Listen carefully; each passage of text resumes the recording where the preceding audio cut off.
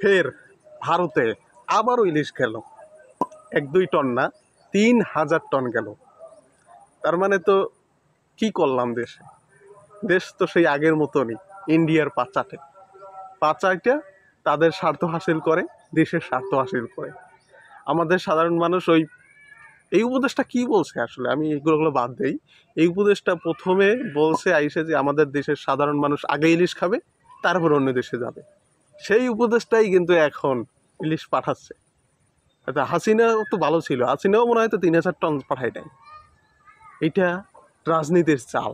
প্রথমে তারা সাধু সাধু একেবারে, তারপরে তারা একেবারে আউল হয়ে যায়, সাধারণ মানুষের কথা মনে রাখে না। গত 1.5 মাসে আপনি কি ইলিশ খাইতে পারছেন? ইলিশ তো দেশের বাইরে যায় নাই, বাংলাদেশেই ছিল। ইলিশ খাইতে পারছেন? তারপরও পারেন নাই। গত 1.5 মাসে 1800-2000-2200 টাকা ইলিশ কেজি ছিল।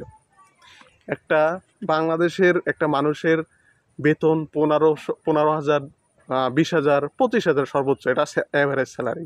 যার স্যালারি 25-20,000, সে কীভাবে 1 কেজি ইলিশ কিনে খাইতে পারে? কীভাবে? তো আমাদের এটা ভাগ্যে নাই, এটা মেনে নিতে হবে। ইলিশ সাধারণ মানুষের ভাগ্যে নাই, কারণ 1.5 মাসে আপনি ইলিশ খাইতে পারেন নাই। তার মানে ইন্ডিয়া কিন্তু এখন যাইতেছে, টনের পর টন যাইতেছে। আপনি জ্ঞান ইলিশ পাবেন সেই আগের মতনই তো, সেই আগের মতন 2500, 2000, 2500, 2800 এরকম একটা ওঠানামা করবে। তো এই দামে তো কিনে খাওয়া সম্ভব না। এই দেশ এইরকমই করবে। এটা জাতীয় মাছ করে এনেছে, তাদের সরকারি মাছ। এটা তারা যেভাবে নাড়াচাড়া করবে ওইভাবে আমাদের দেখা এটা থাকতে হবে।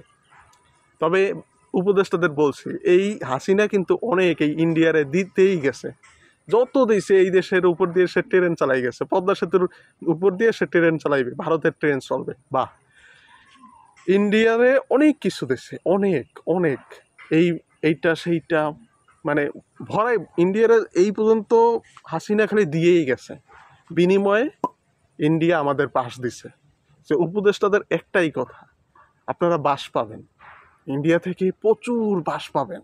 সেই বাস ঢুকে বসে থাকেন ভিতরে। ইন্ডিয়া শুধু বাসই দিতে জানে। ইন্ডিয়া কোনো দেশের ভালো হইতে দিবে না, ভালো চায় না, দিবে না। এটাই ওদের মূল মেন্টালিটি। তো যতই নিজের স্বার্থে করেন, দেশের স্বার্থে করেন, দিন শেষে বাসটা পাবেন, এটাই কথা। দেশের মানুষ আগে খাওয়াক, তারপরে অন্য দেশে দেন। দেশের মানুষটা আগে। প্রত্যেকটা মানুষ প্রতিদিন ইলিশ খাইতে চায় না।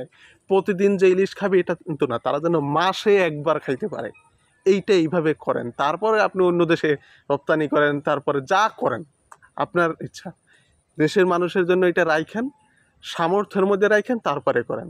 আর যদি টনের পর টন দিতেই থাকেন, তাহলে ওই ইন্ডিয়া আবারও কিন্তু সেই গাছের মাথায় উঠা নাচবে, আমরা কিছু করতে পারবো না। বিনিময়ে তারা বাস দিবে। সো মাথায় রাইখে কাজ করেন, দেশের মানুষ আগে দেন, তারপর অন্য দেশে স্বজন প্রীতি পরে করেন। আল্লাহ হাফেজ।